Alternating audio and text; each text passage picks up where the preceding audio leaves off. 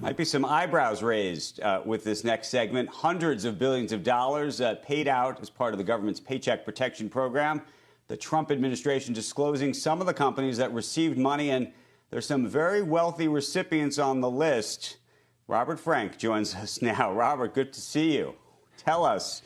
Good to see you, Andrew. Good morning. There's also some debate about who was on that list, too.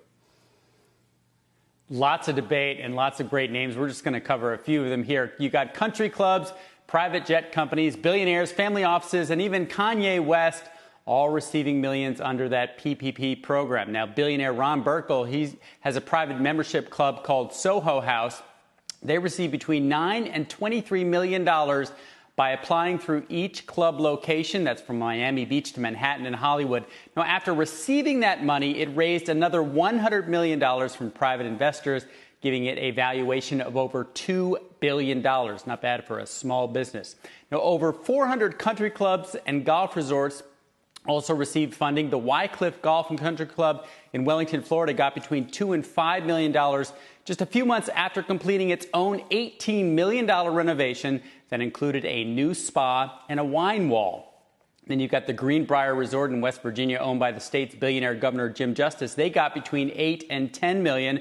Private jet companies, after receiving hundreds of millions from the CARES Act, also received money from PPP. Clay Lacy Aviation, which flies celebrities, athletes, and wealthy VIPs, got $27 million from the CARES Act Aviation Fund and another $5 to $10 million from the PPP fund. And then you've got Nobu, the sushi empire that's favored by the wealthy. They received loans totaling between $11 and $28 million. And finally, perhaps the most public, Yeezy LLC, that is owned by Kanye West. They received between $2 and $5 million. Guys? Hey, Robert, just to put a fine point on it, of those dollars, and we describe them as loans at the moment, how much of them are likely to be forgiven? There's no indication of that. We don't know. The program really extends now through August 8th. There's still over $100 billion left in the existing program. There was $30 billion that was returned, a lot of it from publicly traded companies or billionaires that just said, look, we don't need the money, we don't want the publicity. But as for how much of this is truly a grant from the taxpayer and how much is paid back for a loan, we won't know that for a while. And then real quick, there are some companies claiming that were on the list, claiming they shouldn't have been on the list. I'm thinking of Bird, for example. I don't know if you saw this. This is the scooter company claiming that Citigroup started their application, perhaps, but Citigroup says they didn't. But maybe there are companies on this that tried to apply but then actually never got the money. What happened here?